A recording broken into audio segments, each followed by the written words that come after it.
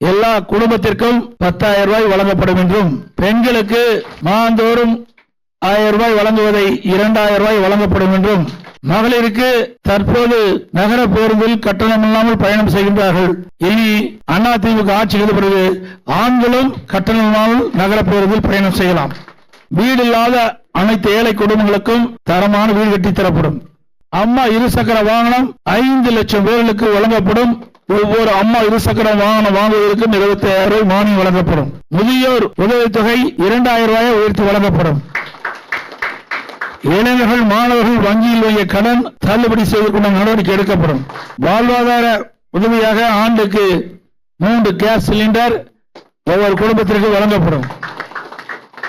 தற்போது இல்லத்தரசின் பணிச்சுமையை குறைக்க அரிசி குடும்ப அட்டைதாரருக்கு குளிர்பதன பெட்டி ஃபிரிட்ஜ் விலையில்லாமல் வழங்கப்படும். குடும்ப அட்டைதாரருக்கு தற்போது வழங்கி வரும் விலையில்லா அரிசியோடு 1 கிலோ பருப்பு 1 லிட்டர் சமையல் எண்ணெய் விலையில்லாமல் அனைத்து குடும்ப அட்டைக்கும் வழங்கப்படும்.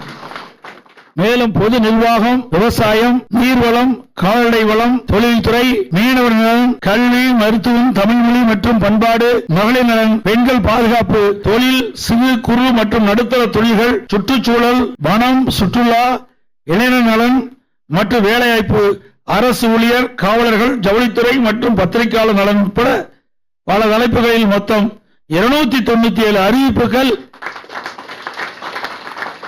இன்றைய தினம் அனைத்து இந்திய அண்ணா திராவிட முன்னேற்ற கழகத்தின் சார்பாக வெளியிடப்படும் என்ற மகிழ்ச்சியான செய்தி இந்த நேரத்தில் தெரிவித்துக் கொள்கிறேன்.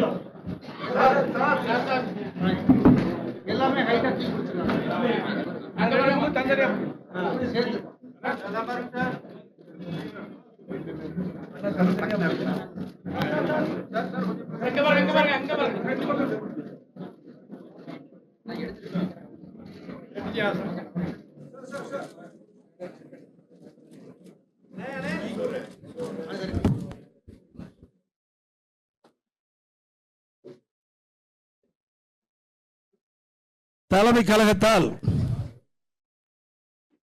நியமிக்கப்பட்ட தேர்தல் குழு தலைவர் உறுப்பினர்கள் அனைவரும் தமிழ்நாடு முழுவதும் பலதரப்பட்ட மக்களை சந்தித்து அவர்கள் கொடுத்த கோரிக்கையினை ஏற்று சிறப்பாக இந்த தேர்தல் அறிக்கையை தயாரித்த குழு தலைவருக்கும் அது இடம்பெற்றிருக்கின்ற உறுப்பினர்களுக்கும் இந்த நேரத்தில் மனமாற பாராட்டுக்களை வாழ்த்துக்களை தெரிவித்துக் கொள்கின்றேன்.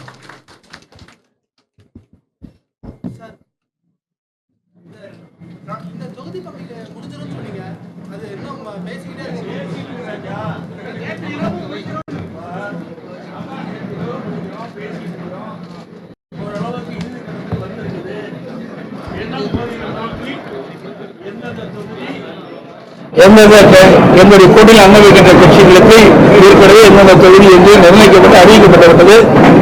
அந்த தொகுதியுடைய விவரம் என்ன 2 நாட்களில் அறிவிக்கப்பட்டது. அது தொகுதி அறிவிச்ச பிறகுதான் வேட்பாளர் அறிவிப்போம். நாள் இல்லையே, பிரச்சாரம் வேற, தொகுதியில் அறிக்கை, அது பாட்டுக்கு அது நடக்கும், இது பாட்டுக்கு இது நடக்கும். இங்க பக்கமா அதுதான் இருக்குது. இல்ல நிதி ஆதாரத்தை எப்படி பெருக்குன்னு கேளுங்க. நிதி ஆதாரத்தை சரியான முறையில் பெருக்கும். நான் தெளிவா சொல்லியிருக்கிறேன். ஓராண்டு கொரோனா காலம், அத்தனை பத்திரிகையாளர் ஊடகங்களுக்கு தெரியும். அந்த காலகட்டத்தில் அரசாங்கத்துக்கு வருவாயே இல்லாமல் இருந்தது. அந்த காலகட்டத்தை கூட சிறப்பான ஆட்சி கொடுத்த அரசாங்கம் அதிமுக அரசாங்கம். அதனால நிதி ஆதாரத்தை பெருக்கி நாங்கள் அறிவிக்கப்பட்ட திட்டங்களை முறையாக செயல்படுத்துவோம். ஒவ்வொரு வருஷமும் ஒவ்வொரு தேர்தலின் போதும் திமுக தேர்தல் வாக்குறுதிகளை வெளியிடுறாங்க. வெளியிடும் போதெல்லாம் என்ன சொல்றாங்கன்னா, திமுகவுடைய தேர்தல் அறிக்கை தான் அந்த தேர்தலில் கதாநாயகன் அப்படின்னு.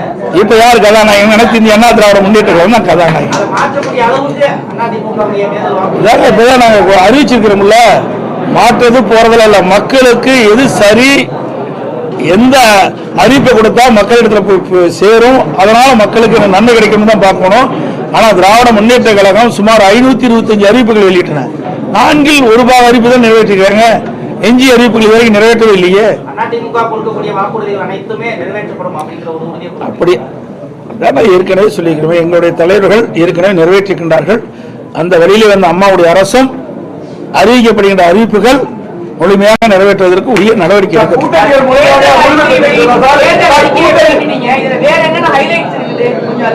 அதெல்லாம் உள்ள படிச்சு பாருங்க. 297 அறிவிப்புகள் கொடுக்குறோம்.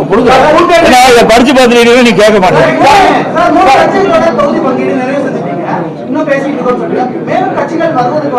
இல்ல இல்ல, என்ன வாசன் அவர்கள் இருந்தாரு, அப்புறம் ஐஜேகே இருக்குது, அப்புறம் இன்னும் ஜெகன்மூர்த்தி அவர்கள், ஜெகன்மூர்த்தி அவர்கள் இருக்காங்க, அப்புறம் இன்னும் இருக்காங்க. சிறு சிறு கட்சிகள்லாம் எங்களோட வந்து பேச்சுவார்த்தை நடத்திட்டு இருக்கிறாங்க. அநேகமா இன்று நாளைக்கெல்லாம் முடிஞ்சிடும். புதுசா வர்றதுக்கு இதுவரை எந்த வாய்ப்பும் வருவதா தெரியல. இல்ல, இதுவரைக்கும் பேச்சுவார்த்தை நடத்தணும். ஆனா பேச்சுவார்த்தை இறுதி பெறவில்லை. அப்படி ஒண்ணும் கிடையாது. ஒவ்வொருத்தருக்கும் ஒரு அடிப்படை இருக்கின்றது. அந்த அடிப்படையில் அவர்கள் கேட்பதற்கும் நாங்கள் சொல்வதற்கும் சில வேறுபாடு இருந்தனால அப்படி நின்று போச்சு.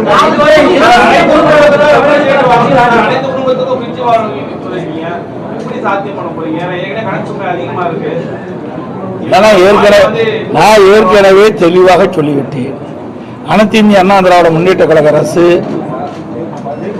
ஆட்சி செய்த பொழுது கொரோனா காலம், ஓராண்டு அரசுக்கு வருவாய் இல்லாமல் இருந்தது. அந்த காலகட்டத்தில் கூட ஒரு சிறப்பான ஆட்சி கொடுத்த அரசாங்கம் அதிமுக அரசு. வருவாய் இல்லாத போது ஒரு சிறப்பான ஆட்சி கொடுத்தோம். வருவாய் இருக்கின்ற போது இந்த திட்டங்களை எல்லாம் முழுமையாக நிறைவேற்றி தருவோம்.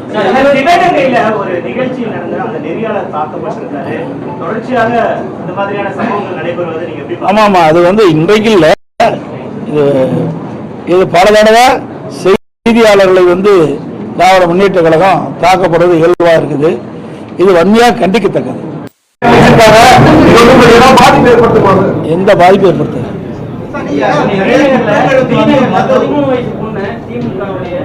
நிர்வாகி வந்து பாலியல் பலாத்காரம் பண்ணியிருக்காரு. கடந்த வாரம் கிருஷ்ணகிரி சூளகிரியில் 2.5 வயசு குழந்தைய பலாத்காரம் பண்ணியிருக்காரு. வாரத்துல 3 திமுக நிர்வாகிகள். இதையெல்லாம் கண்டித்து தான் நாங்கள் போராட்டம் நடத்தணும். இன்றைக்கு தமிழகத்தில் நிலவுகின்ற இப்படிப்பட்ட சம்பவங்கள்லாம் கண்டித்து அனைத்து இந்திய அண்ணா திராவிட முன்னேற்ற கழகத்தின் சார்பாக சென்னையிலே என்னுடைய தலைமையில் நடைபெற்றது. இங்கே இருக்கின்ற உங்களுடைய தலைமை கழக நிர்வாகிகள், மாவட்ட கழக செயலாளர்கள், மறுபடியும் எங்கள் கூட்டணி கட்சியுடைய தலைவருடைய தலைமையிலே தமிழ்நாடு முழுவதும் இந்த பாலியல் சீண்டல், பாலியல் வன்கொடுமை, அது மட்டுமல்ல கொலை, கொள்ளை, திருட்டு, வழிப்பறிவு இப்படி நடக்காத நாளே இல்லை. இதையெல்லாம் கண்டித்து நாங்கள் போராட்டமே நடத்தினோம். இந்த ஆட்சி இவ்வளவு போராட்டம் நடத்தி இந்த அரசுடைய கவனத்தை கொண்டு வந்தோம்.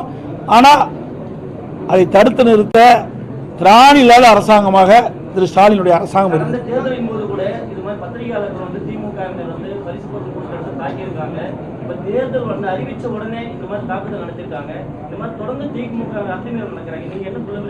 ஏற்கனவே நான் சொன்னேன், இதுக்கெல்லாம் அடிப்படை நீங்க தான்.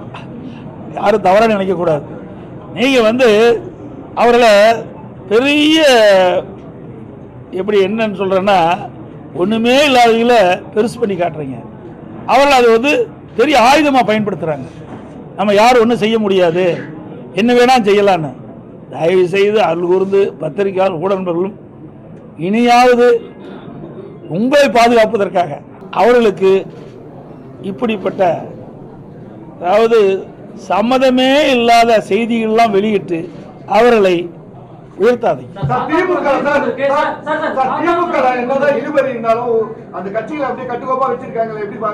எங்க கட்டுக்கோப்பா இருக்குது? 25 நாளா பத்திரிகையில டெய்லி அதால ஓடிட்டு இருக்குது.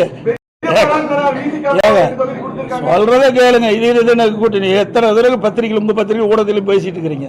தயவு செய்து இப்படி அதுதான் சொல்றேன். இப்படி பேசி தான் அவர்கள் வளர்த்திட்டு இருக்கிறீங்க. அதாவது உலகத்துக்கே தெரியும் உங்க பத்திரிகை ஊடகம் போட்டுட்டு இருக்கிறீங்க. விசிகா என்னென்ன பேசினார், எவ்வளவு மனம் வந்து பேசினாரு. அதே மாதிரி அங்க இருக்கிற கம்யூனிஸ்ட் கட்சிகள் தங்களுக்கு ஏற்கனவே வழங்கப்பட்ட தொகுதியெல்லாம் குறைக்கப்பட்டது மன வேதனை வெளிப்படுத்தினாங்க. அதையெல்லாம் நீங்க தொலைக்காட்சியில் தெளிவாக காட்டுங்க, பத்திரிகையில போடுங்க. நாங்க அப்படி இல்லை, மன உணர்வுபூர்வமா பேசணும், வந்தோம், அறிவிச்சோம். இப்போ தொகுதி எந்தெந்த தொகுதி எந்தெந்த கட்சிக்குன்னு பேசிட்டு இருக்கிறோம். ஒரு நாள் வெளியே வந்துடும்.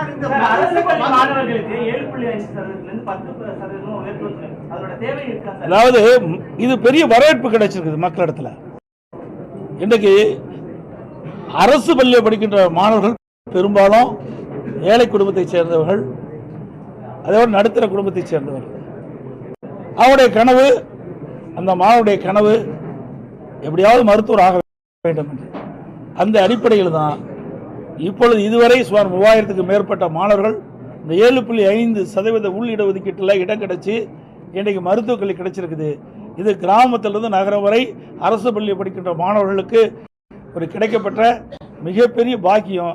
ஆகவே அங்கே வரவேற்பு இருக்கிறதுனால அதை சற்று 2.5% உயர்த்தி இருக்கிறோம். அதெல்லாம் நீங்க படிச்சு பாருங்க, நல்லா இருக்காண்ணா. அதான் நான் நீ அதுக்கு தானே தேர்தல் அறிக்கை கொடுத்துருக்குறோம். எல்லாமே சொல்லிட்டு அதுல அர்த்தமே இல்லாத போயிருக்கு.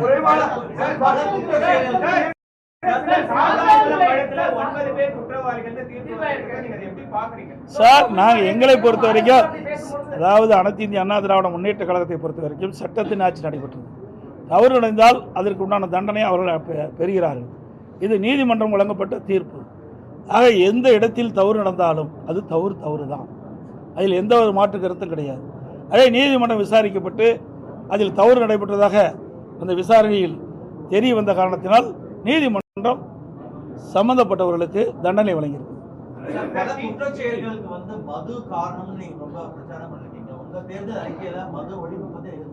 மது அதான் ஏற்கனவே சொல்றது. அதிமுக கடந்த காலத்தில் வரைக்கும் அந்த மது கடைகளை படிப்படியாக குறைக்க நாங்கள் இந்த தேர்தல் அறிக்கையில் போட்டிருக்குது. நாங்கள் சொல்லிட்டு இருக்கிறோம், படிப்படியாக தான் குறைக்க முடியும்.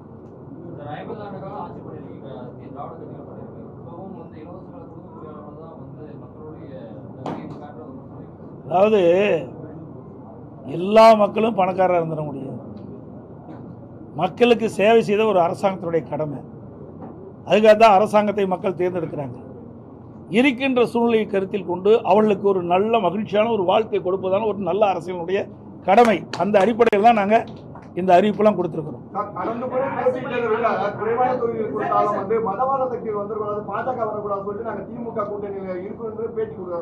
திமுகவே பாரதிய ஜனதா கூட்டணி இருந்தா அதுக்கு என்ன சொல்றீங்க? திமுகவே பாரதிய ஜனதா கூட்டணி இருந்தா இல்லையா? இதே விடுதலை சிறுத்தை பாரதிய ஜனதா கட்சியோட கூட்டணி இருந்தாங்களா இல்லையா? எல்லா அரசியல் காழ்ப்புணர்ச்சியின் காரணமாக பேசுவது.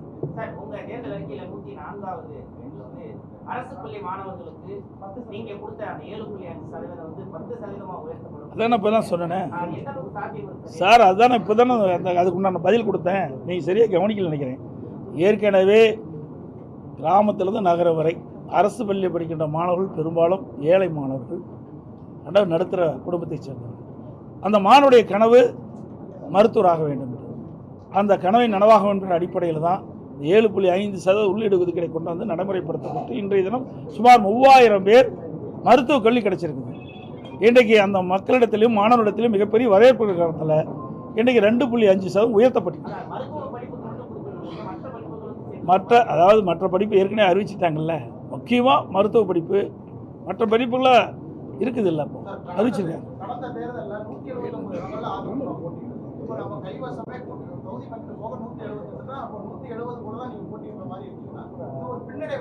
பின்னடைவு முன்னடைவுலாம் கிடையாது. திமுக எப்படி இருக்குது? நாங்கள் இப்படி இல்லை. திமுக நிலை என்ன சார்? சூழ்நிலைக்கு தகுந்த மாதிரி தான் கூட்டணி அமைக்கப்படும்.